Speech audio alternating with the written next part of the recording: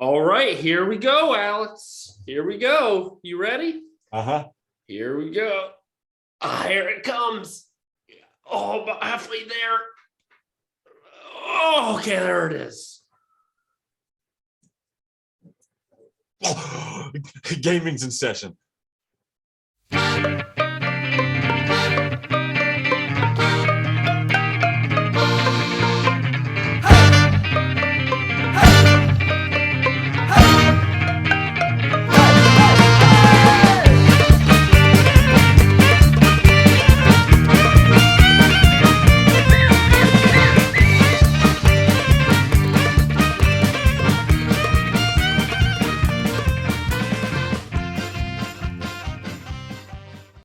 All right, gaming is in session and it is 2022. This is a new year, and there's only one way you can bring in the new year, and that's with a most anticipated games of 2022 list. We got to get the subscribers up, all right? That's my New Year's resolution, is to start stacking cash, and we're going to do that by getting subscribers with this hot button issue of top games of 2022. And the only way we can do that on Gaming is in Session is with the Sweet 16. Adam, what have you prepared for us? So here's the thing. We have taken our top 16 most anticipated games, randomized them into a Sweet 16 bracket, and we're about ready to hit it right now. So in the first round, we have Dying Light 2 versus Pokemon Legends Arceus. So the premise of Dying Light 2 is over 20 years ago in Haran, we fought the virus and lost. Now we are losing again. The city, one of the last large human settlements, is torn by conflict. Civilization has fallen back into the dark ages, and yet we still have hope. So what I love about this is one of the games that was pretty high up on my list, is that you have this vast open world that you explore. You have, they call it creative and brutal gameplay and combat. So you're using weapons and melee attacks. It's very fast. It's very dynamic. I love that. The choices and consequences. So you can shape the future of the city with your actions and actually watch how it changes. I think that probably increases replay value and then just makes it much more interesting plot wise. And then there is a 2 to 4 player co-op where you can host your own games or join others. And that I think is pretty intriguing. Do you know much about Dying Light 2? Are you looking forward to it? What are your thoughts? I have not played Dying Light 1. I am looking forward to Dying Light 2 because I know Dying Light 1's really supposed to be good. I think it was made by Techland, who made Dead Island, which people loved. And, I think I played a little bit of it and it was fun. It was all right.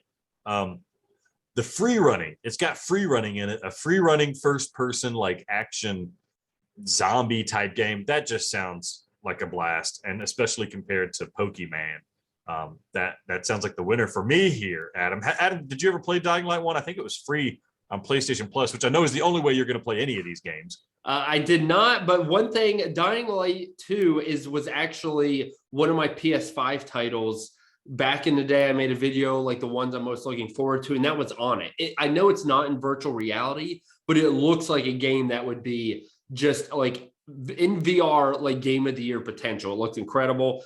So before you write off Pokemon, let's talk about it. So the story takes place in the Sinnoh region. I know you don't know much about Pokemon, probably doesn't mean much to you, but it appears to be at a time period long before the other Pokemon games.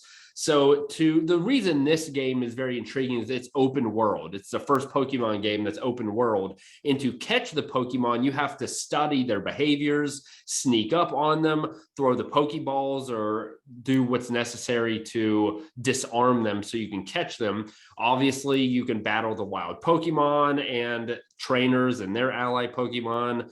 And so they mention you're just near these wild Pokemon, you will seamlessly enter the battle, and then it is intended to provide an immersive experience. So the fact that, I used to play the old Pokemon games. I haven't played the new ones, but they have a great base foundation in that there is so much replay value because there are so many Pokemon and so many different teams and things that you can do within the game. It motivates you to keep playing over and over. I love that. I also like that this game not only is open world, so provides more content, but also it strategizes more on catching the Pokemon. The fact you have to study them, stalk them, that is very intriguing to me. Back in, the Pokemon Blue and Red days where I was, I mean, you lowered their HP, you put them to sleep, and you chucked Pokeballs at them.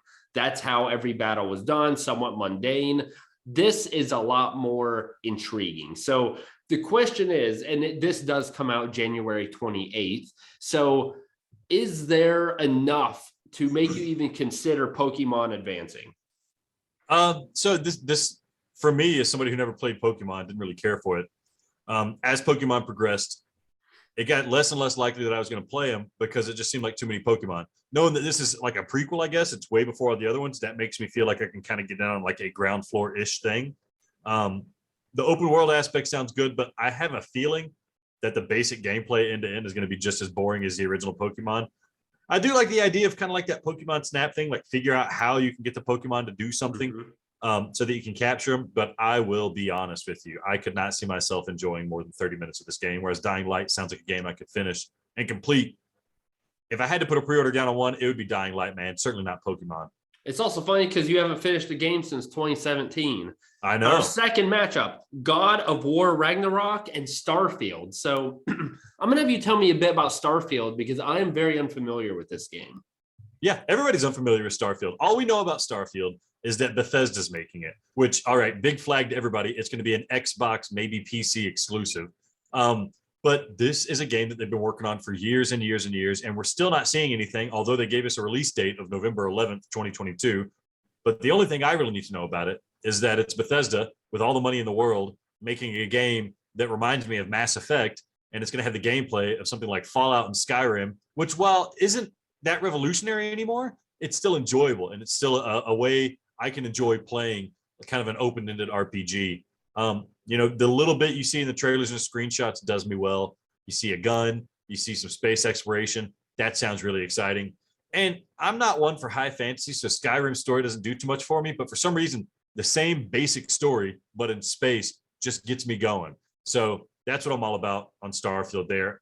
I mean, unless they do something really weird, I don't see how it could be a failure unless it's just buggy as hell. So Starfield just sounds like a total winner, and everybody's hyped for it, and there's no reason we shouldn't be. It's a great company with a ton of money, putting out a great game that we all have heard about, but we just want to play. We want to see it. We want to play it. Well, the issue for Starfield is that it is going against God of War Ragnarok, obviously the sequel to one of the most critically acclaimed games in history. So for this, Kratos and Atreus, his son, must journey to each of the 9 realms and search for answers as they prepare for the prophesied battle that will end the world.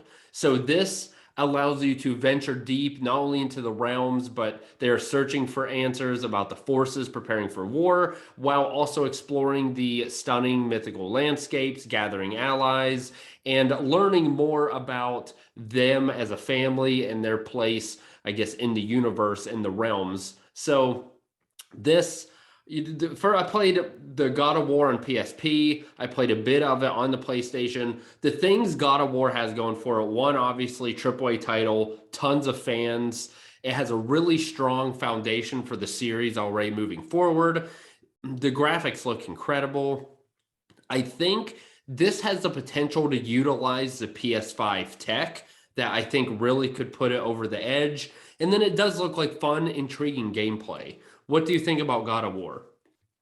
My issue with God of War, no, it sounds great, looks great. And I know it's going to be probably one of the highest rated games of the year for sure. I got two main issues. It's going to be because it is, or because it's a AAA title, real quickly?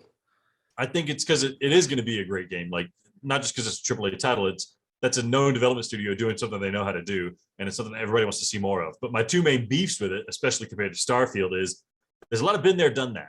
They're using the same engine, so it's going to be like if you liked God of War on the PS4, you're going to like God of War Ragnarok, but it's not going to tread new ground. I can't imagine. I mean, the footage we saw, it just looks like new levels of the last game. The other thing, and it's not a bad thing, but it just kind of holds it back with respect to Starfield. it's also coming out on the PS4. So it's last gen gameplay, last gen tech that's been prettied up and beautified to be played on the current gen, which, yeah, 120 frames per second, sure, that'll be cool. Or 4K 60, that'll be cool. But you're still playing a PS4 game that just looks good on a PS5, whereas Starfield is going to be next generation technology. Yeah, it's Xbox exclusive, so you're not going to get DualSense stuff, but it's going to be a mind-blowing experience. It's going to have ray tracing. It's going to have huge worlds with, minimal load time, all that fancy stuff you want to see in this next generation of games. And it's going to be fresh. It's going to be a fresh story. It's going to be some fresh gameplay that we haven't seen before. And it's a new IP. And that's why I think Starfield's got to take it, man. And so here, and this is where the fundamental of this video is important, because although I think God of War will be the more successful game, this may surprise you. I actually agree with you. I think I would rather play a more unknown game that has higher potential for me personally than, like you said, God of War, which is going to be similar to the other games I've already played. Because this is my most anticipated, I would go with Starfield. How about you? Yeah, got to go with Starfield. Adam, I just know you. Here's the issue. You hate when they have some character that pulls at your heartstrings, and that's exactly what Atreus is. You're not going to care about your kid running around with you. And that's what this game's all about is, do you feel like a good dad to this kid? Maybe he dies. Who knows? Maybe you die. Something like that's got to happen. You're not going to like it. You're going to think it's cheesy, and it probably will be cheesy and people will love it, but that's fine. You're not going to like it. This ain't near Gestalt. Am I right? You're right about that, buddy. Okay. Next matchup, Little Devil Inside versus Arc Raiders. And I'm gonna tell you what, I'm gonna go and get this off my chest, because this Arc Raiders is a game that came out of nowhere, and I am beyond freaking hyped, dude. It's another one of those games that no one I think knows about, or I've never heard of it, and I don't know anyone talking about it.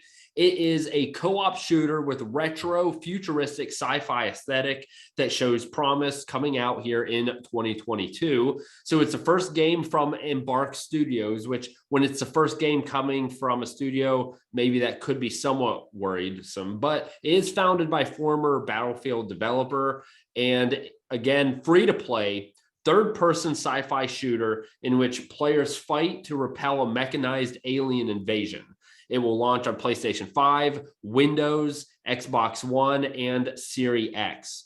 So it's hard to describe without watching the trailer. So you watch it and it seems like it is just the standard kind of like Fallout type of game where the world's ending and now you have to defeat aliens. But then it is the best trailer I've seen since Tetris Effect. And I really hope that it's better than that. The gameplay provides more than Tetris Effect did, but it looks like a mix of Returnal and Farpoint. There are tons of enemies. You're working with people. Maybe it was a trailer, but you hear people in the background like, woohoo! They're having a good time. The graphics were incredible. You're just seeing things in the sky friggin' explode as you're throwing grenades and guns at them. You have these huge explosions in the mushroom clouds. They look so good. There's a couple of things that worry me a little bit, but this is high up. This is my second ranked. This is my second most anticipated title for 2022. I want you to tell me how the heck Little Devil Inside can even compete with a free-to-play cross between Returnal and Farpoint. So free-to-play is one of those things that always sets off a red flag to me, but we'll talk about that later. Little Devil Inside is one of the first games that they announced for the PS5. It was on those launch sizzle reels that they had, and it was maybe the most intriguing game to me. The game just oozes style and charm. I really, from the trailer, I really, really, really just want to know what's going on when the character gets pooped out into a toilet. They showed a little bit more at one of the Sony things, and it kind of quelled my appetite for it, but the game just looks fun. It looks interesting. It's somebody trying to do something new. And it's going to have the DualSense functionality to it, and it looks like a fun game. Unfortunately, I don't think there's much to go up against Arc Raiders. Arc Raiders is the one game, Adam, I'm surprised you noticed, and I'm also was disappointed that I couldn't put it on my list. That's right. This looks like a game that you would really like.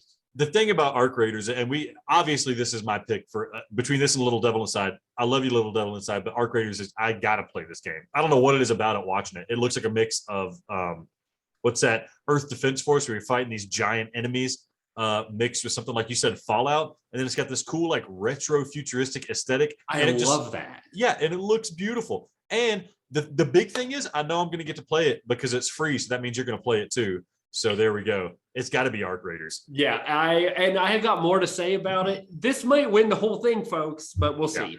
Next matchup, Stride, 2 VR games. Interesting. We didn't set this up like that. Stride versus Moss 2.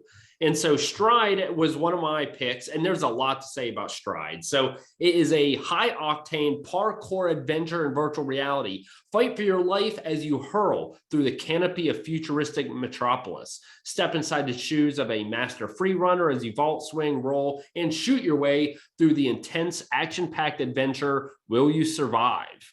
So you obviously have a component where you are just doing parkour. You're jumping from roof to roof and off building to building and all these different just environments, which is really cool. And then you have people shooting at you. So you have a gun aspect to it. There are also different modes. So you got time run. I think they call it time run mode. I think it's just like a time trial. You got endless mode. You've got arena mode. They also are even coming out with a story mode. So the reason I like this is because it looks like To the Top meets Dying Light. So you have a little bit of combat, but you have that To the Top feel where you're really high up. And in virtual reality, I feel like this is going to give you a very visceral feeling in which you're hopping from building to building and you're looking down and your body can be like, bro. And that's what I loved about To the Top. So I'm looking forward to this. Before this video and preparing, I didn't know it existed. I know it's coming in 2022. It was supposed to be late last year. So I'm assuming hopefully it's in the first or second quarter this year, but that is Stride. Talk to me about Moss 2. Moss 2, there's not too much to say. I mean, Moss 2, it's going to be like Moss 1. And I know I said that was a bad thing about God of War Ragnarok, but the issue with Moss 1 was that there was so little of it. And it was still a special game on PSVR. It was a special game. Nonetheless, a lot of people said this is the Mario moment until Astrobot came out. And they're like, well, no, that's the Mario moment. It's a game that can only be done in VR. It can only be enjoyed in VR. And now that they probably have the money behind them, it's not an experimental title anymore. They can really flesh out what made Moss 1 so good and so original. Moss is just one of the landmark VR titles out there, I think. And so I have to go with Moss 1 here. I can't not. It's my number 2 most anticipated game on this list, Adam. So here we go. Are we having a disagreement here? I didn't like Moss 1. I didn't think it was that good. I thought just because it was a cute little mouse, people thought it was adorable. I drowned that mouse on purpose. We do have a disagreement. And what I'm going to do, we've pre-decided this. We're going to take Jelly Belly Bean Boozles. I'm going to take the first one. And if it is good, then my game wins. If it's bad, unfortunately, Alex wins. While you choke that down, I'll explain why I'm not going to go with Stride, because Stride looks great. I will admit it looks very promising. My issue with Stride is that it's going to be trying to ride dead fish or strawberry banana. Oh yeah, good luck surviving that. Oh, you get a dead fish and Moss goes forward. That's going to be great. The issue with Stride is that it reminds me a lot of Mirror's Edge. Mirror's Edge was a game where you had the free running through city tops, and that looked super fun. That was super fun, but then it would grind to a halt when you suddenly had to fight enemies. So if they're making a game like To the Top, but you suddenly have to stop the flow and start fighting enemies, it's not going to be as good. And the look on your face is the look on our face we're going to have when we get motion sickness trying to do Stride. Because of the dead fish, speaking of drowning in the water, Quill from Moss has come back up with a dead fish, made you eat it, and it's moving on to the next round, baby. Moss book 2. Yes. Oh, it's horrible. Okay, I need to talk to get next one. Horizon Zero Dawn VR or Ghostwire Tokyo. Oh, so my thing is Ghostwire Tokyo is actually it's one of my most anticipated. This essentially the premise: Tokyo is overrun by deadly supernatural forces perpetrated by a dangerous occultist, causing Tokyo's population to vanish in an instant, ally with powerful spectral entities to on the quest for vengeance and master a powerful arsenal of abilities to unravel the dark truth behind the disappearance as you face the unknown in Ghostwire Tokyo. So I like this because it looks fast-paced, chaotic. The trailer seemed to be very mysterious, and there's clearly a plot behind here, but it's one that just looks like you don't know what the F's going on, which I do like. There's various battle styles and abilities to give variety to gameplay, so it's not the same thing over and over. Now, this is a Bethesda game, and it's going to be a PS5 timed exclusive. And to me, I think that could be a risk. I've seen some Bethesda games. You're right, as you mentioned earlier, they have tons of money and resources, but I've also seen them lay some eggs. So it's either going to be really good or it could be a dud. Not sure. To me, this is a clear winner against that VR game, but I like the fact that there's interesting subject matter. It's going to use the PS5 tech. It looks like a next-gen game. The graphics are good, and there's a lot of content to pique your interest here. But maybe you can convince me, because I do love me some VR. Maybe you can convince me on Horizon Zero Dawn. I'll say this about Horizon Zero Dawn VR. It was announced like 2 days ago at CES 2022. I don't give a crap about Aloy or Eloy or whatever her name is. Aloy, yep. Whenever I play this game, the only thing Horizon Zero Dawn VR means is that it means I'm playing PSVR 2. So this isn't even being hyped for Horizon Zero Dawn VR. It's me being hyped for PSVR 2. I'm actually not too hyped about Horizon Zero Dawn VR because watching the little bit they showed, I get a very strong feeling this is going to be like one of those 2-hour tech demos where you're supposed to be like, gee whiz, am I actually in the world? Look, it's so crisp and beautiful, but the gameplay is not going to be there.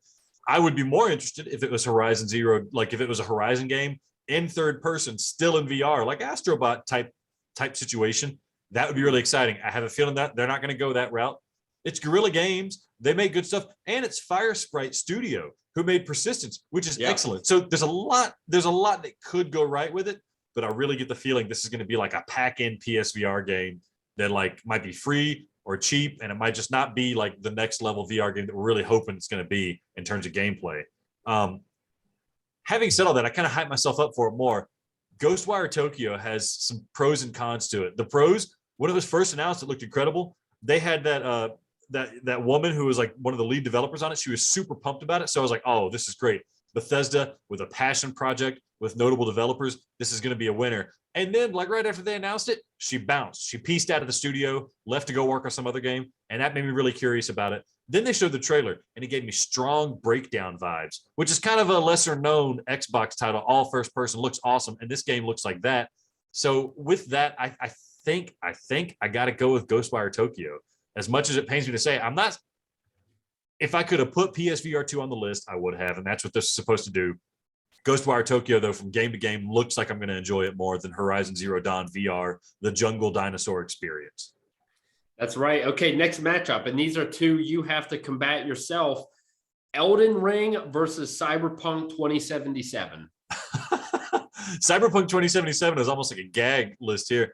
I refuse to play that game. I bought it when it came out on PS4. It was buggy as hell. And I just put it on the back burner and said, I'm not going to play this until the PS5 comes out. So as far as I'm concerned, Cyberpunk 2077 is coming out in 2022 when they released a PS5 update for it that they said they would, and it's going to have PS5 functionality, and it's going to look great, and it's going to be fun.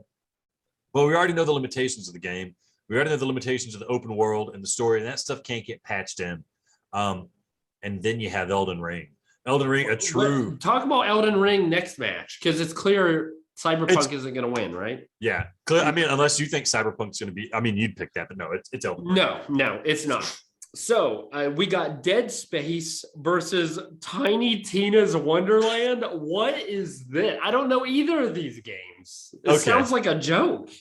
Yeah, I mean, I never played Dead Space, but I always wanted to. It's like Resident Evil 4, but in space on a spaceship with these monsters and stuff.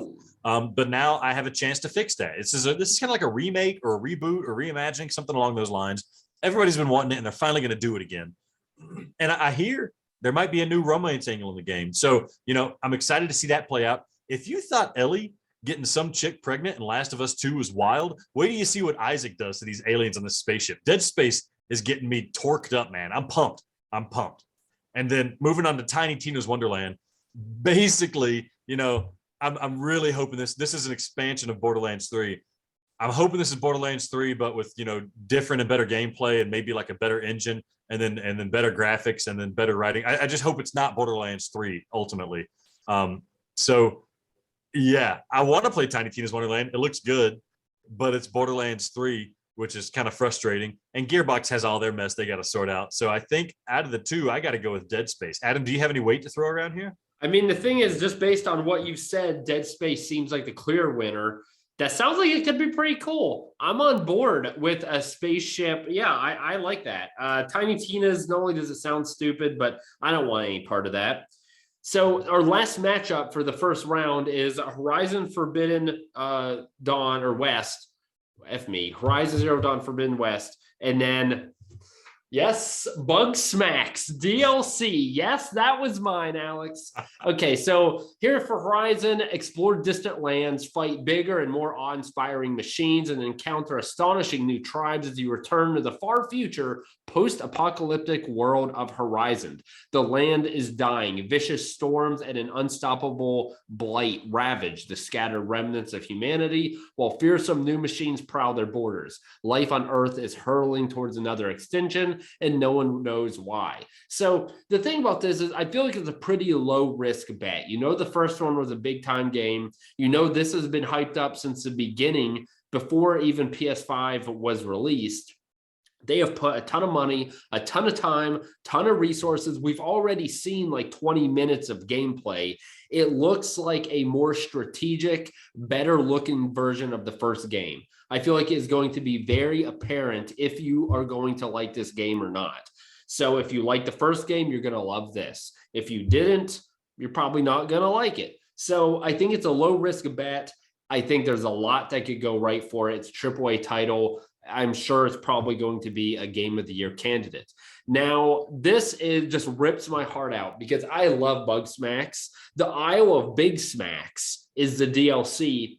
So the premise is that in the Isle of Big Smacks, explore the mysterious new land crawling with supersized Bug Smacks. Back on Snacktooth, you can complete challenges from your mailbox, collect decorations to personalize your hut, and most important of all, put hats on your favorite Bug Smacks. That's right, you're putting hats on the Bug Smacks. It's free. It's a free update to Bug Smacks and will be available early 2022 on the PS4 and PS5. This is a huge fan favorite. It is, honest to God, I'm not trying to be funny. It really is one of my favorite games I have played on the PS5. Easily top 5. I would argue top 3, and I would really have to dive into it. The gameplay is fun. The plot was interesting for the first one. The gameplay is actually strategic. Like some of those Bug Smacks are really hard to catch. It's a unique, one-of-a-kind experience. It's free. Alex, I need you. I don't know what you feel like. I really want to put Bug Smacks ahead because I've played Horizon, Zero Dawn, and it was good, but I liked Bug Smacks better. I want that one-of-a-kind experience that I've never experienced before. And Horizon Forbidden West isn't going to give that to me, whereas Bug Smacks keeps delivering. But I'm kind of teetering. You may be really the deciding factor. What are your feelings? I hope you're not pulling my leg at him. I wanted to be the decider here. I have the opportunity to play Horizon Zero Dawn, and I don't want to play it. Just from what I've seen, it looks great, looks serviceable, looks good, looks like, grown-up Zelda, but you play as a girl fighting robots. And, that's cool. And I'm sure this next one is going to be awesome, but it's going to be more of the same. And you could easily say that about, Bug Snacks DLC, because this is going to be an addition to the game that already exists. And, of course. But you were never able to put hats on the Bug Smacks before. That's true. Here, it's the same thing where it's like a studio puts out a game, they do something crazy and weird. It's an experiment. And now they have money to really flesh out that experiment. And that's what this DLC is going to be. I got to go with Bug Snacks. And I'm not just doing that to be like, oh, look at how edgy I am. Like, I want to play new weird things. And Bug Snacks did weird stuff. And even the story got good. And the writing was good. Like, I want good stories. I don't want just good action. And Horizon, like, the writing doesn't seem great. It's probably serviceable, pretty good for a game. But Bug Snacks was like, it took me places, man, and it was awesome. And I'm so excited to see where they go next. That's why I got to pick Bugsmax out of these two.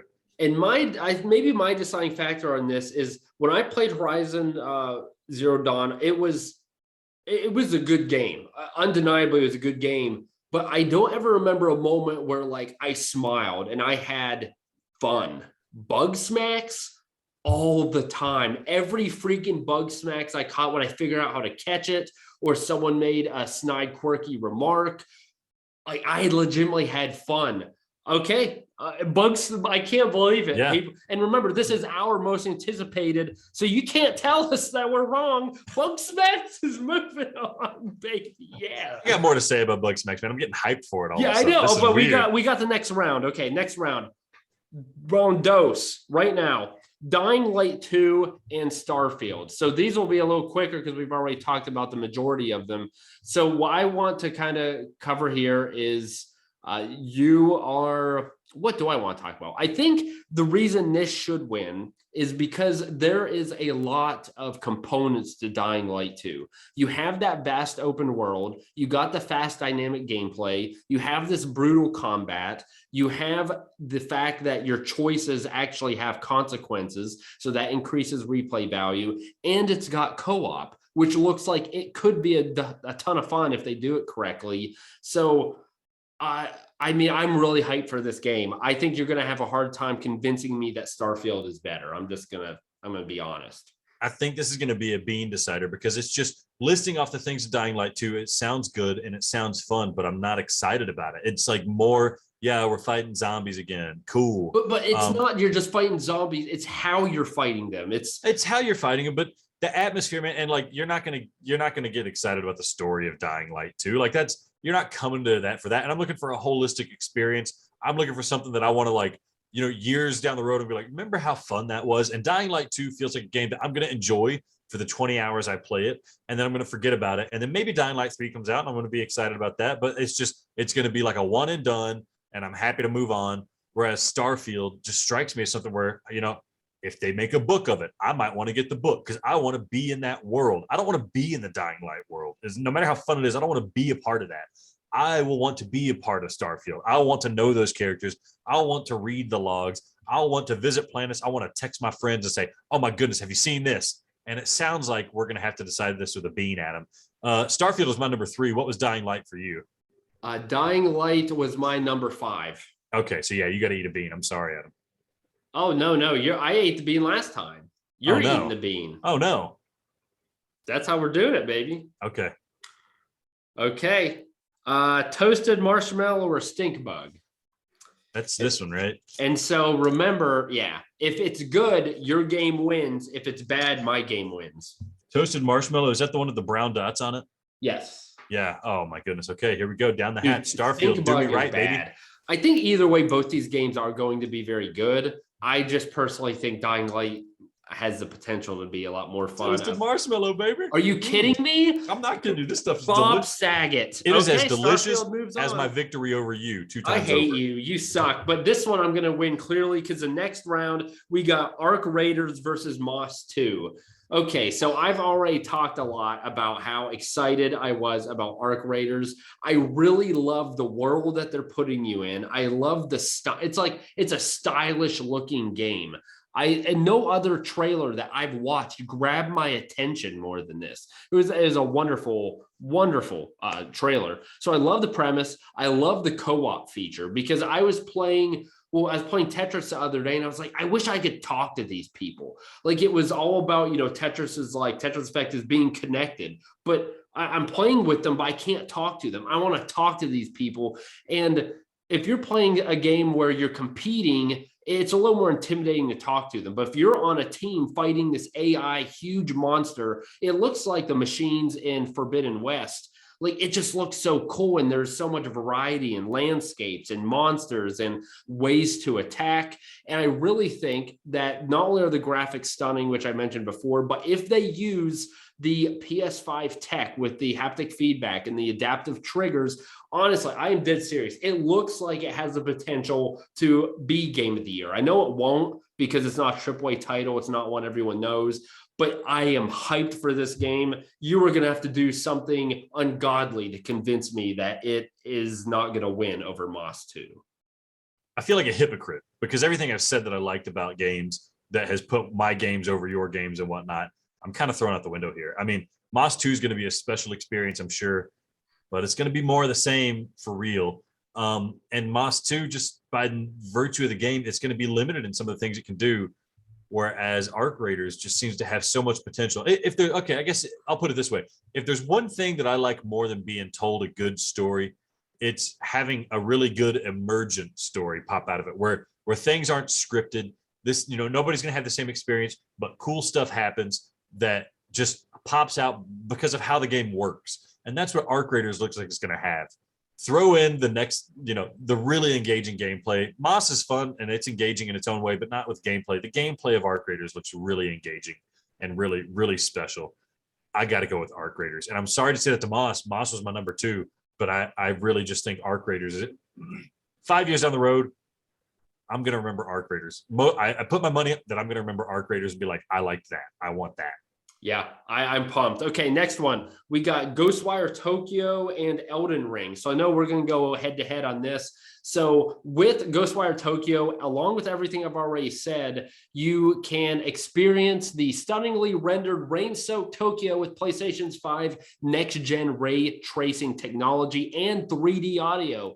Utilizes and you can feel the supernatural skills firsthand with the haptic feedback, the adaptive trigger for every single combat ability and character action within the game. I just really like the idea that this looks like something new. Elden Ring is going to be another Dark Souls. We've seen it before. I'm sure it's going to look pretty. I don't know. Does it have PS5 tech? Because I know it's cross compatible. I don't know. I thought it was a PS5 exclusive. Maybe is it? Okay. I thought it was. I didn't do research on it, so you would know better than me. So I hate those games. I hate Elden Ring. I hate Demon Souls. I hate Dark Souls. I hate Bloodborne. I hate all of them. I don't want to play it. So this is going to probably come down to a beanbag.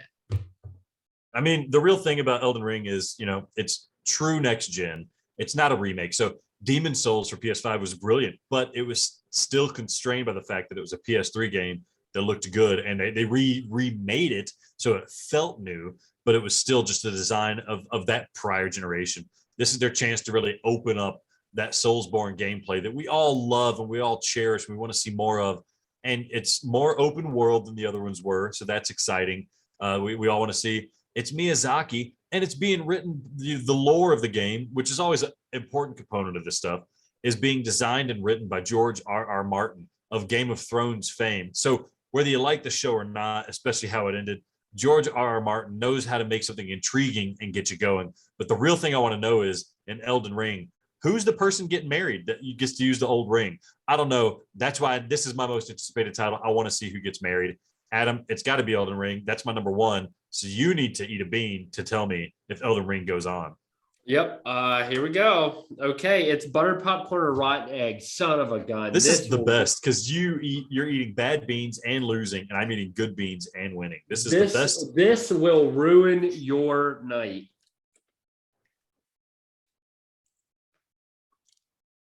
I'm so scared to bite into it. If you can't figure it out, you got to eat a second bean. I grabbed the wrong one. It's coconut. Second bean. Do I win? Bean. Oh my God. No, you don't win. It's coconut. I hate you. Okay.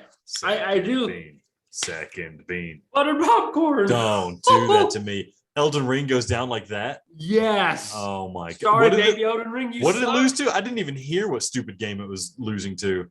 Ghostwire Tokyo. It doesn't matter because I already bought the pre-order for Elden Ring, even though I swore I'd never pre-order a game. I'm going to get a statue. You're going to be so jealous when you play Ghostwire Tokyo. Dead Space versus Bug Smacks DLC, the Isle of Big Smacks. This is... so I've pretty much said everything I know about, Bug Smacks, but everything I said holds true. I'm not going to reiterate myself. It's just a fun friggin' game. And it's one of the games last year in 2021 I remember most. So I want more. I want a sequel to Bug Smacks. Try to convince me if you have anything else to say about Dead Space. Dead Space is gonna. Dead Space has way more potential than Bugsnax. I'll give it that. It's It's going to have a longer length, but does that mean it really has much more potential? No, it has potential to be like a really excellent game, like a really wonderful experience. And I mean, it's right up your alley with those kind of games that you like. Like it's almost like it's like a slower paced Doom, and I know you like Doom VFR. There's it can so easily go so right, but unfortunately, here's my issue, and I'm looking at this from the viewpoint of like, if I could only pick one of these two games to play, I feel like I have to pick Bugsnax because of two reasons for Dead Space. Dead Space has a very good chance of getting delayed, and Dead Space feels like it's been in like development hell. Like they've tried to restart this over and over again, and they haven't quite got it off the ground. And now when they come back to it, it's like they're going to miss that magic. And there's a chance that's not going to happen, but it still feels like it's a non-zero chance that it is going to happen. It sounds like it's going to come out of the gate and be like a solid 7 out of 10. Whereas Bugsnax, it's just, I know what it's going to be, and I'm going to be so happy about it. And I know I need to play it. So that's why Bugsnax goes forward.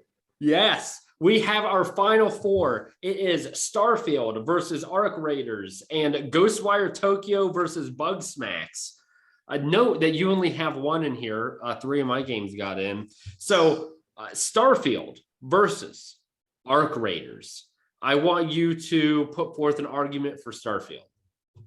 I can't because we've seen Arc Raiders. This makes it too easy for you. We've seen Arc Raiders. Starfield, again, development hell. There's a high potential. I think it's been in development for like 10 years or something like that.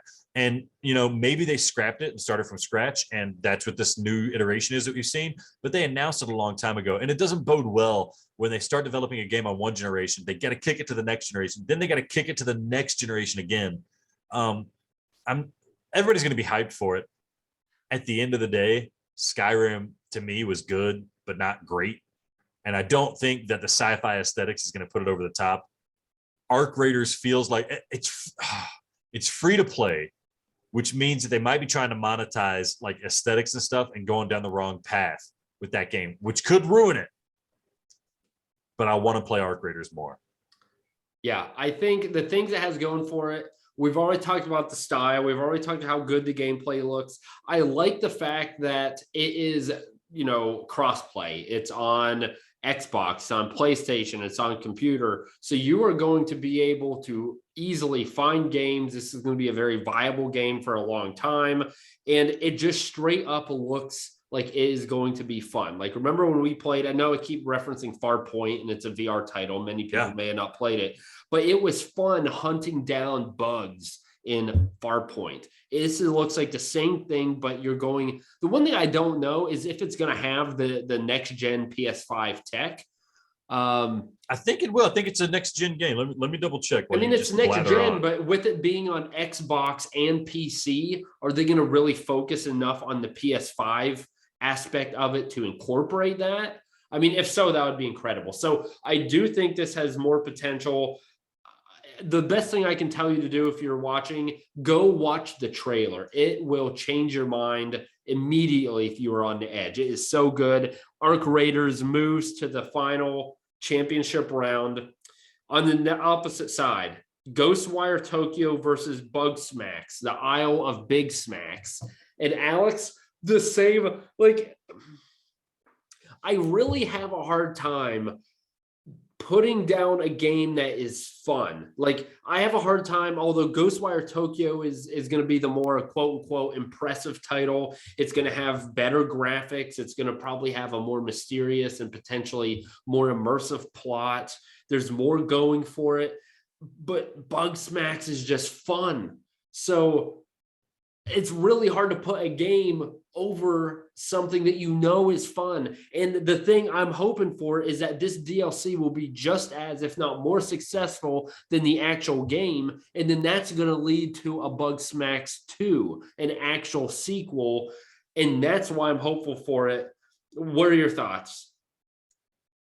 I mean, here's the real talk about this is that Ghostwire Tokyo is like a full game, It's a game. It's a big full game coming out. Yeah. And that, again, it has the potential to be great. Bugsnax is a DLC, and it's like an indie title, an indie darling title. But I'll be damned if it wasn't just so awesome. The writing, the dialogue. It's very rare that I enjoy people talking to me in games, and Bugsnax made me enjoy that. I have to pick Bugsnax out of these two. And I'm not doing that to be precious and be like, oh, look at me, I like artsy games. This game is so good. I want more of it. I need more of it. And if I had to take one of these things out of 2022, I'd be happier to take Ghostwire Tokyo out of 2022 so that I can leave Bugsnax in. Yeah, I think there is, without a doubt, there is nothing that could come in my path that will prevent me from playing the Isle of Big Smacks day one. I may take off work, by golly, and I'll download it at midnight. I'm going to play the heck out of it in one sitting. I'm not that excited about Ghostwire. So I think, and again, everyone who's probably going to rip us a new one, this is our most anticipated title, so we can't be wrong. So now, the championship round, Arc Raiders versus Bugsnax, the Isle of Big Smacks. And that, holy crap. Oh, Alex, I don't... It's a decision. I think I know what my decision is, but I want you to tell me what you think. I think the logic that I had comparing Ghostwire Tokyo to Bugsnax still holds, comparing Arc Raiders to Bugsnax, in that Arc Raiders is a game, like a big full game, and it has more potential. And Bugsnax is like an indie darling type situation. I think what puts Arc Raiders above, say, something like Ghostwire Tokyo, is that it does have the style and it does look gorgeous, and the gameplay almost seems to promise to be more engaging. And so, kind of thinking the same way, if I had to deny myself that's hard to say. If I had to deny myself one game out of these two at the expense of the other game, I would have to pick that I would deny myself Bugsnax so that I could play Arc Raiders. And that makes Arc Raiders my most anticipated game out of these two. Yeah, it's real weird because we rarely are on the same page, but that is exactly what my feeling is. Both of them are free games, so there's no risk in it. You know what you're getting with Arc Raiders. You may not exactly know how fluid it is or exactly how the transferring of guns and switching weapons and combat may be, but you know what you're walking into. Whereas Ghostwire Tokyo, we saw a trailer, but we don't really know what the game's about. So there's more risk associated with that. We also know what we're getting with Big Smacks, but I do think that Arc Raiders has more of a potential. I think it could be a game that the co-op really elevates it to make it a more lasting and enjoyable game. And so although Big Smacks is near and dear to my heart, I have to agree. I think Arc Raiders is our official winner of the most anticipated title of 2022. And because my game won, you get to eat a bean as I close, and I'll spin for you because I'm just a great guy. And that bean is chocolate pudding or canned dog food. I mean, they're both pretty nasty, but like, I don't know. So what is That's it? canned dog food. All right, yes. It serves me right. That's the way we end it, with a canned dog food and Arc Raiders as our most anticipated title of all of gaming in 2022. Thank you for watching. And hey, remember, this is Gaming Court. Our cult rules. As a New Year's letter to fans, friends, and family, Yosuke Matsuda, president of Square Enix Holdings, let slip his feelings about NFTs, or non-fungible tokens, and their future as part of Square Enix. Matsuda-sama, I submit to you this, an example of my knowledge and skills with regard to generating NFTs. I think you'll be pleased.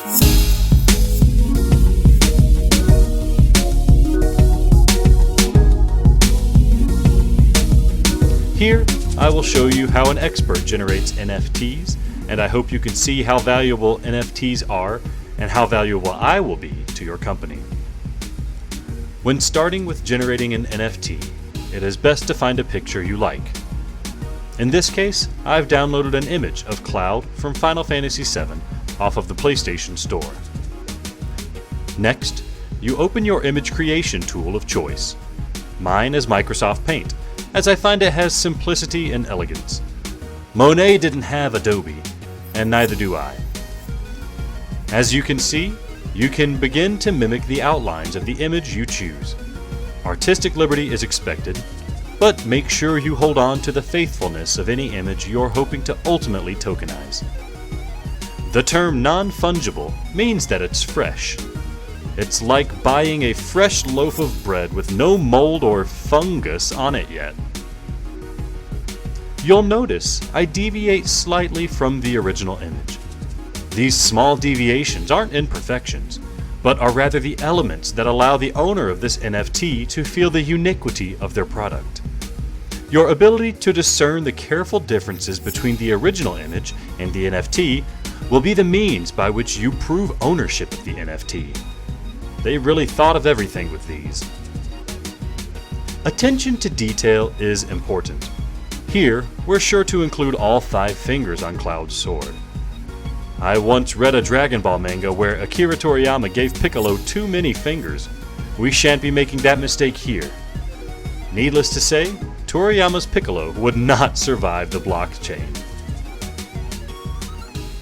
At some point in NFT generation, you begin to question if you're editing the original image itself or your NFT. This is a sign that the fungibility of your token is secure. If I were live streaming this, I would likely already be seeing the opening bids in the auction house increasing in value. Don't let that distract you.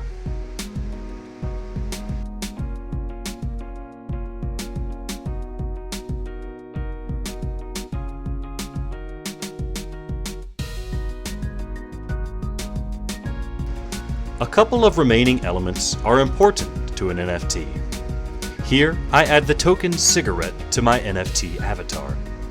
You can't have a non-fungible token without its token.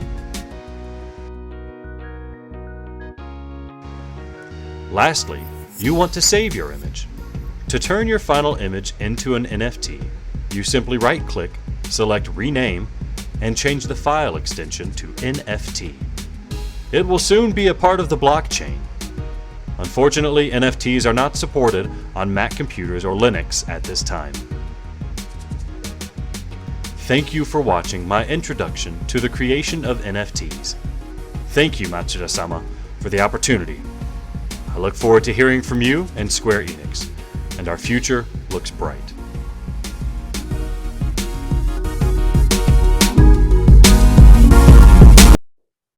So here in the Gamer Court, we love to celebrate each other. We love to celebrate the new year. And so we've doing a little bit of both today.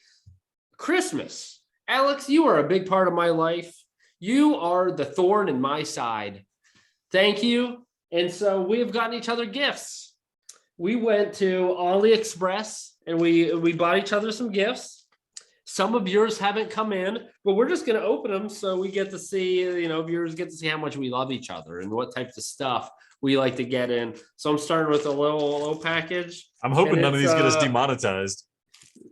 Why'd we get demonetized? I'm hoping one of these gifts doesn't get us demonetized. Oh, no. None of mine will. What you get me? It's like a little mini game player I got to play. Is it Tetris? I think so. What is it? I don't know what we should just make the note that we put a stipulation. We couldn't spend more than like $20, maybe 20 or 30 was the most we spent. We were able to get each other like 4 or 5 gifts each. Just to keep the Christmas cheer going. My gamer juice this week, if you could see it, is eggnog. I got eggnog. Oh, nice. It's been around since Christmas. It's chunky eggnog now. So let's put that down the hatch. Wow. There you go. So what is it? Is it Tetris? I don't know how to get it to. Don't know what it is. I don't know how to start it. Maybe it just goes on its own because it was like 50 cents on AliExpress. Who knows? Oh, I lost because it says game over. Is it at least playing the Tetris music? I have no idea. I'm gonna have to read into it. I don't want to sit here and stare at it. Okay, so I want a review of that by the end of the week, Adam. Yes, I'm moving on to the next one. Wait, I should do a review. Since not all yours are come in, I oh no, I can't show this. What is this? What is this you sent me? It says, so here's the thing. When you order off AliExpress, they got it in customs. They have to say what it is. This says an electric abdominal muscle trainer. What? That's what it says it is on customs. But I didn't get that.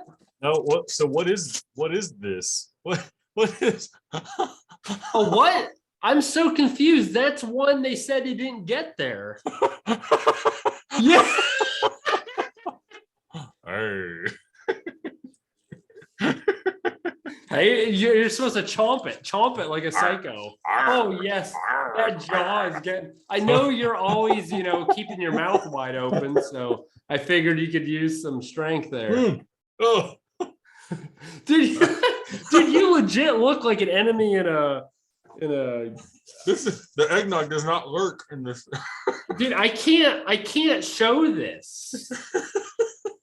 Just tell us what it is, Anna. Just take a guess. There's a naked man, and there's This is he, hilarious. let's just say he's not doing the breaststroke. Now he's just. I think I saw this, and I intentionally didn't get it because I was like, that will get us demonetized. Too hot for TV. I don't know if you can see, Adam. The mouth caused issues for me. Well, it's supposed to exercise your jaw. Dude, I have no idea what you got now because that's one of the things that it told me you didn't get. Oh, this one has a couple things in it, so maybe everything's here. This has 4 things in the bag. Oh, okay. Okay. Okay, I'm gonna what? Wait. Oh, it's hard to see. Stinky butt spray. Stinky ass spray. You have to spray it, Adam. You have to spray it. That dude, I've heard some of this is horrible. Yeah. Absolutely. Dude, it already smells bad and I haven't even opened it. Dude, I'm gonna go to work tomorrow. I'm gonna spray it all around. Now this is nice. It's a little plush of Boo. It looks like there's open it up. I like this. I almost bought one for myself. I figured like maybe your family, your daughters or someone would. Well, look, they had to like seal it up because it's so potent. is it supposed to warm my finger? No. Squeeze it. No. Get your hand out of there. What's the squeezing do? I think his tongue was supposed to come out. Oh, his tongue's already out, man. Oh, you stick it. Oh, okay, like that, and then I don't know. His tongue is out. It looked like his tongue It shot out. It is out. Dude, this smells horrible. I have to take the freaking cat. Oh, dude, that is awful. This is like Christmas. This is great. Okay. Wait, hold on. What if? Oh, dude, I can't spray that. I can you can't spray that. combine the two? Oh, Yeah. dude, I can't. It smells like beef jerky that's been sitting in like biofuel for about 2 decades. That's awful. Oh, All right. The next thing. Sorry, I'm going to go ahead. Oh, what are you? yes. It's There a you little. go. It's a little Keyblade. A little keyblade. It's sure to pick up the chicks in the bar. That's why I sent it to you. Yeah, baby. No, here's the thing. You put that on your keys, always prominently display your keys, and some woman walks up knowing what it is, then you know she is your Kyrie. Oh, is that it? Look, it's That's even how got a little Mickey symbol. I like it. What's this Doraemon? This little little butt cheeks I can glue on stuff. Do you know what this is? No, let me look. I pulled up my order. I forgot what I got you.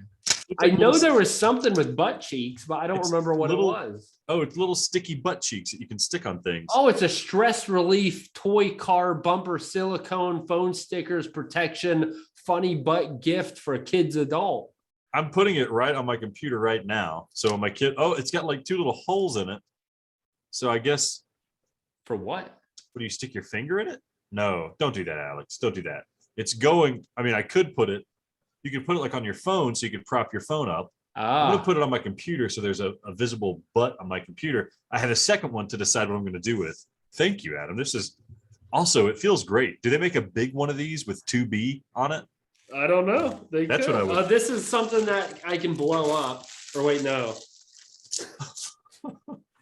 It's a mask. I know probably horrible audio here, but you know, this is what Christmas morning is like. Oh, this is genuinely thoughtful. I really appreciate it. Which one?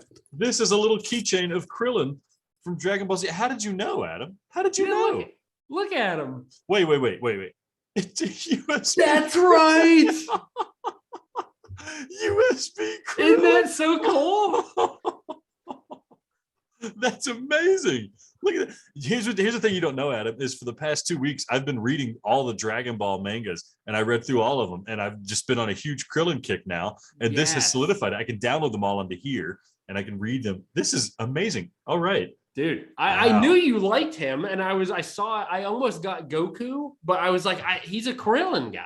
I wish I had my Krillin. I got a Krillin hoodie as well for Christmas. I wish I was wearing that too. Would have been perfect. It's 32 gigs, so it's like decent size too. It's set on the back of his head. That's how I knew it was a USB drive. It said 32 gigs. Oh, did too it? shiny. Oh, okay. But no, that's great.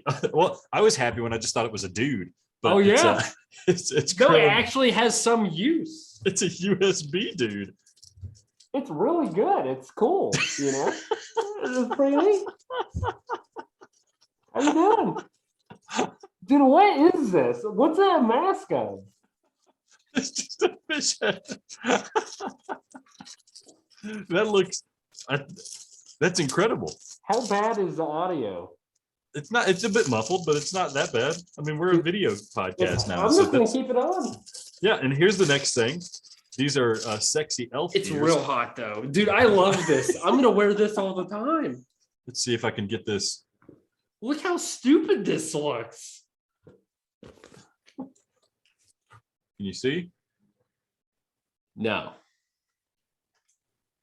Oh, those stupid things. Okay. Those stupid things. Yeah. I am Zelda. You could be an elf. I'm Zelda. Dude, Zelda this is awesome. Yes. And a big This is the thing I slept on. So it was a pillow. You were already using it appropriately. Great.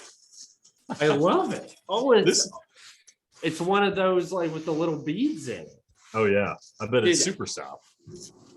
I'm a big fan. This may be I like the fish mask. All of this is useful because I'm going to take the fart spray to work. I'm going to use the fish mask to scare people. I'm going to keep the mule head. I don't know what to do with the man doing the forward stroke. What you do is you wear the fish mask and then use everything else while you're wearing the fish mask so nobody knows it's you using it. Oh, interesting. Oh yeah, here we go. Okay, you got how much stuff do you have left? These are my Dragon Ball Z pins. And these will go great on my hoodie. We got this is Goku with the Dragon Balls, throwing them out like the Salt dude. I like that. Salt Bro, or whatever his name is. What's the quality of them? Because I wondered because they were like they were 77 cents. It's for 77 cents. This is like something you pay $5 at Hot Topic for. So this is good quality. I'm impressed. And this little Piccolo is great because he's not daunting or threatening anymore. He's just little baby Piccolo. I love it. You only get to see him for a second in the manga. And here he is. This is awesome. There we go. Man. Sweet. And so is that all you have? I got this. Wait, do you have more stuff? I think this is it. Okay. I'm sorry. You've outdone me. Oh no, I raced out to the beginning because I didn't think you had as much stuff as in those bags. All right. Here's something I'm going to be squeezing. This goes along with a spray. I need to open it. Sorry. This is not good audio. I don't remember what that is. It's a keychain. It's a little poop keychain, but turn it around. Oh, yeah. Yeah. Is that the one his tongue spits out? What's the deal with these things that you want me to stick my finger in? Oh, no, there it is.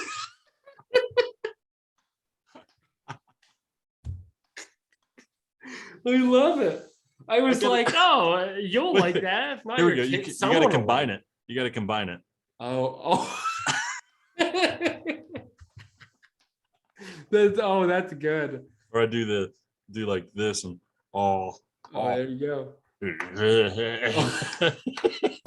So you got I think there's only you don't have anything else, do you? There's one more thing. This is the Oh, big okay. one. Then you did get everything. Yeah. somehow. Hold on. I'm gonna. Okay, one there we go. says- And what does it this, say? yeah, Plastic toy parts is what the custom okay. form says. I'm hoping this looks creepy. Otherwise, it's not gonna be exactly. Did I turn off my camera until I get it? Get it? No, that's okay. No, that's cool. It's nothing like. They really packed this in. Did they? I guess they didn't want to break it. Here's the thing about AliExpress is they charge you nothing for shipping, and like they ship big things. Yeah. I don't know how they do it. I don't know This is- how they get the profit margins. I really don't. Like those pins, 77 cents. How? Like it does. It looks creepy as It's a me. It's a me. that's good. I hope you can see yourself. You look like a Oh, yeah. psycho. Like I can- that's what you would wear to rob a bank. Yeah, it's a me. Give me all your coins. Oh my, that's good stuff. I forgot if I got you. Yeah, it was only. I was hoping they had a Luigi one, but I guess they only had Mario. I'll try to find a Luigi one and send it to you. Dude, that was one of the most expensive items. It was $2. This is I just want to go on AliExpress and just blow like $20 again and just see what comes out of it. This is I know this was incredible fun. stuff. Like, Yeah. look at this. So the jaw thing was $3.20. Adam, I do want to know, what is this supposed to be? Because I think I know what it is. It's one of those jawser size. You put it in your mouth and you chew, and it's supposed to strengthen your jaw. Oh, why does it have lips? It's so it goes over your lips. I don't know. What do you think it is? Does it have a second meaning that I don't know? I think it's like a GIMP sex toy thing. Like, Are you serious? Yeah. No, it says jaw exerciser, face lifting, lip trainer, mouth muscle tightener, face massage exerciser, anti-wrinkle lip exercise mouthpiece. Oh, that's exactly what it's doing. So let's see. The funny thing is your best gifts were like the cheapest ones. And then all the stupid things are expensive. That's the way it goes. Yeah, I could do this. I can order this. There you go. I love it. There we go. So as he still plays with that stuff and I'm playing with my meal head, okay, we got some New Year's resolutions because new year, new us, it's time to get our butt in gear. So the first thing I want to say, Alex, and I really am going to depend on you, and if you watching have any suggestions, I need a handheld game system. So I'm hoping to travel a little bit more. I have a PSP. It's really hard to find PSP games. And obviously they're a little older and there's more loading time. So I need a handheld system and some games. You bought something lately. I remember it was pretty expensive. It was like the handheld boy or something. And it had like a ton of I don't know. Do you remember what I'm talking about? Oh, what's it called? I knew the name until you asked me what the name was. It's like the play something. It's like a Game Boy that somebody made. It's got a little hand crank, and it's made by the people who made that duck game, the Untitled Goose game. But yeah, it's a handheld game, and it has a little crank. And I had to pre-order it, and it comes out I think late this year. But so there's that, Adam. That's one thing you can get. I don't think you'll like it because it's kind of like an indie weird thing. Another thing just came out. You can pre-order. I got one, and it's not coming to me until like Q3 of 2023. It's the Analog Pocket. Have you heard of that? I think I have heard of it. I can't place it in my mind what it is right now. So what these guys did is there's this computer chip called an FPGA, and you can basically recreate the hardware components of like a Game Boy, and it runs. It's like not like an emulator. It actually runs the games natively how they're supposed to run, but it upscales them to 1080p, so they're full definition. And so it's like playing a Game Boy game on like a full definition screen. Oh, You can pop the Game Boy games in.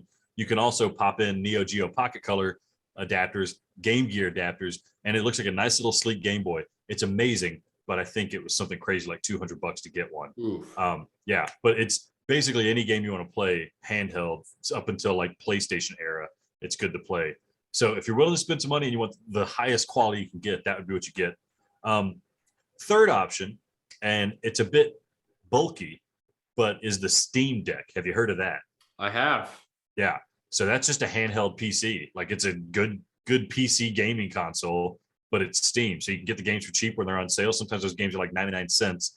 And it will play anything because it's maxed out at like 720p, which is whatever. Who cares? It's a handheld game, but it looks awesome. It's made by Valve. So those are my recommendations for you, Adam. Otherwise, just get a Game Boy Advance. That's like the best console ever. Yeah. I mean, I also thought, should I just get like a Switch? But I don't like Nintendo. I don't want to get a Switch, but at some point that legit may be the best option.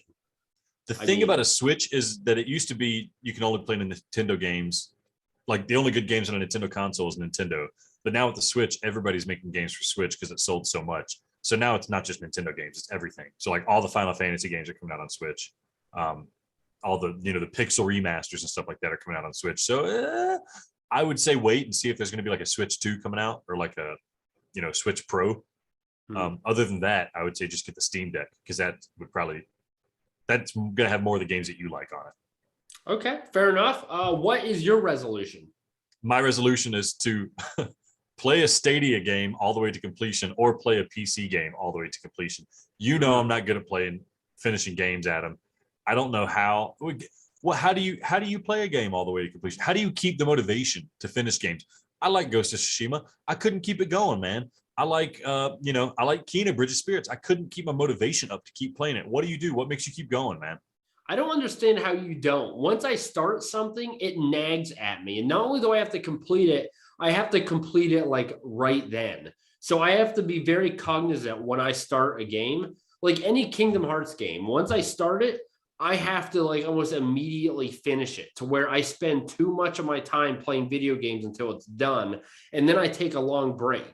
And then what's a game coming up here soon now? Once I buy it, the Yogo Taro card game, Card of Voices, the Isle of Roaring. Once I buy that, I'm gonna like borderline binge it, beat it, and then I won't play another game for a week, a month, something like that. I don't know how you do it, but the good news is our most anticipated title of 2022, Arc Raiders, you can play on a PC. Ooh, is it crossplay? Yeah. Okay, but then I won't have the DualSense stuff, which is like I want that. And technically, I'm assuming there's no end to it. Yeah, I think it's endless, probably. If it's free to play, I'm sure there's no end. Yeah. So you have that. So technically, you aren't finishing your resolution. So what game, do you know a Stadia game or a PC game you want to complete, or you just want to finish any of them that you start? I want to finish one that I haven't started, I guess is what I'm going to say. I got a lot of PC games, Witcher 3, but that's like a huge game. Dude, yeah, that's a long game. I do have Cyberpunk on Stadia. Oh, Resident Evil Village. There we go. I got that on Stadia because it came with like a free controller or something. That's going to be a good one. I want to play it. It plays good on Stadia, and I can play it on my computer or I can play it on the TV. So I think that might be it for Stadia. For PC, Witcher 3, I guess, but that's too big. Yeah, I don't know. There's some of that I guess I started it in 2021. Halo, I beat Halo Infinite on a computer. That was really fun, but I started it in 2021, so it doesn't count. So maybe I'll wait for like a next big Xbox game to come out. The expansion pack to that game that you hate, Outer Wilds. But that's not a whole game. That's not a whole game, so it doesn't count. Okay. I bet it's gonna be long enough. I don't know. Play like some indie games. It doesn't have to be like a huge AAA title. I need to finish something that way when we talk about Game of the Year back in December. I'll actually have something to throw around. Maybe there's a PC version of Nier coming out that I could turn around and try to play. Oh, dude, I freaking love. Oh, I hope Yogo Taro. He said Nier was done, but I hope he's just pulling our leg. That means he's making Drakengard 4. Yes, I would like to play that. That's why. Is there a Drakengard was at PS2? Is there a handheld that plays PS2 games? Steam Deck could probably emulate it. Yeah. Hey, I'll do that. I would do that. That would be worth the $200 right there, honestly. You could play Drakengard. You could probably play all three of them. Yeah, I heard they're real bad, but that's that's whatever. Okay, so now we also came up with in the spirit of, we didn't plan this, but in the spirit of you finishing games, we have picked a game for each one of us that we have to finish. We got to play in the year 2022 and we need to finish it. And you knew from the very beginning, this was your idea. And I think it's because you want to play Kingdom Hearts 2, but you don't want to admit that you might be wrong about the series. So you were thinking, how can I force myself to play it, but also not admit that I was wrong? And this is your way of doing it, because you will be playing Kingdom Hearts 2. And I'm excited. I want to play it with you almost, because if you get stuck, then I can help you and I remember. I want you to focus on the environments. I want you to actually get into the story. The first one was very, very forward. There was no hidden, there's like maybe a mini plot twist or something, but it was very forward. Part 2 gets wild. You're not going to have any effing idea what's going on, which I like, but just know when you're lost, everything has a meaning and it's that way for a reason. And if you remember Kingdom Hearts, the first game, that obviously meshes together pretty well. I can't wait, dude. It's so much better of a game. I really hope you like it. And if you don't like Kingdom Hearts 2, you're just not going to like the series regardless. So I think I need your help with this, Adam. I'm down to play it. Okay. It's like the best one, apparently. So I look forward to that, at least, maybe better quality. Do I need to watch the videos of like the PSP games that came out in between Kingdom Hearts 1 and 2 so I know what's going on with the story? Do I got to do that homework, or can I just start playing it? There are a lot of videos that are like, what do I need to know before playing Kingdom Hearts 2? Maybe watch one of those, because the only issue is that you start off in Kingdom Hearts 2 as a character that if you only played the first game, you have no idea who this guy is. Roxas, right? Yeah, Roxas. And so there is that. Technically, I think if you go in with the right mindset and you just accept the fact that you don't understand everything, it won't make that big of a deal. But if that's going to bother you, that there's this guy and I'm playing as him for the first 4 hours and I don't know who he is, I don't know the backstory or why I'm here, if that'll bother you, you should definitely watch the videos. I will say my favorite part of the game was, I told you I love the music. The music in the second one, arguably, it probably definitely is better than the first one. There is a moment near the end of the game where there is just an absolute like emotional epic battle, and they play an orchestra theme in the background that when I played it for the first time, just absolutely friggin' wrecked me. One, because it's really hard to beat. It's the hardest, even though it's not the final boss, it's the hardest fight in the whole game. And then the music is just it like evokes emotions. It's unlike anything I've ever heard until Nier. And it's amazing. I can't wait for you to get there. Let me know when you start it, because I'm dead serious. I might play it with you, because I platinumed the third Kingdom Hearts. Maybe I'll platinum the second one. F it. Let's go for it. But what game do you have for me? Unless you have one quick question. Is Kingdom Hearts 2 on PC? Maybe I could knock out 2 birds with 1 stone here. I bet. I would be surprised if it weren't. Do I know for sure? No, but then you're going to have to pay for it. Yeah, we'll see. We'll see. Yeah, check it out. The game is, let me think. You'll probably, assuming you're probably not going to do much of the side quest stuff. And like, I think a lot of the aerial, like, you remember you didn't in the first game, ship. Like, you hated that, right? Yeah. This is, I think you have to do like one mini game, but then the rest of it you don't have to partake of, if I remember correctly. That's good, because the gummy ship was awful. The gummy ship is much better here. Pretty much they improved everything from the first game. So I think you'll like it more. Yeah, look it up on PC. And then, a 30, 40 hour game. I don't know if you want to play something that long on a PC, maybe. I don't know. Yeah, I can do it. Okay, what game do you have for me? Because I'm scared to hear. I was going to say Persona, but you've been playing Persona Royal and you've actually been enjoying it. So it's not going to be much of a punishment to say that. But the game's like 200 hours. I'm not saying Persona. You're already doing that. So I'm trying to pick something. And I thought, like, what is a game that I don't think you would like initially? But then by the time you get to the end of it, you would look back and be like, that was actually really good, and there would be more opened up for you to enjoy. I guess if I had to say, it's my Kingdom Hearts to you. So I want you to play Mass Effect. Mass Effect 1. They just did the Legendary Edition. I can send it to you because I'm not going to be playing. I got plenty of other games to play. You can play through Mass Effect 1, and if you like it, go ahead to 2 and 3, which are just better versions of the first one. But this is the best way to play the first game. It's sci-fi space opera. I know that's not really your bag, but like you said, this got epic encounters. It's got the story. It's got the emotions, and that's what this game is about. It's an RPG. You like RPG, so you can get around that. Mass Effect. Have you played Mass Effect? I can already tell you're already like, crap, I got to play Mass Effect. No, though the thing is, I'm intrigued.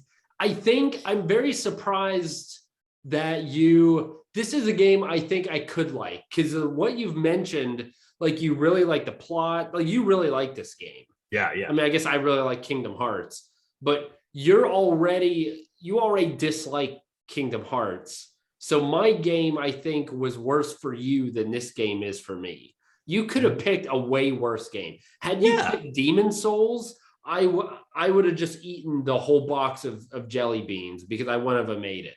No, I'm not going to do that to you. I can get through this. Sure, yeah. Send it to me. I mean, I can buy it if need be. And then, I'll play it. How long?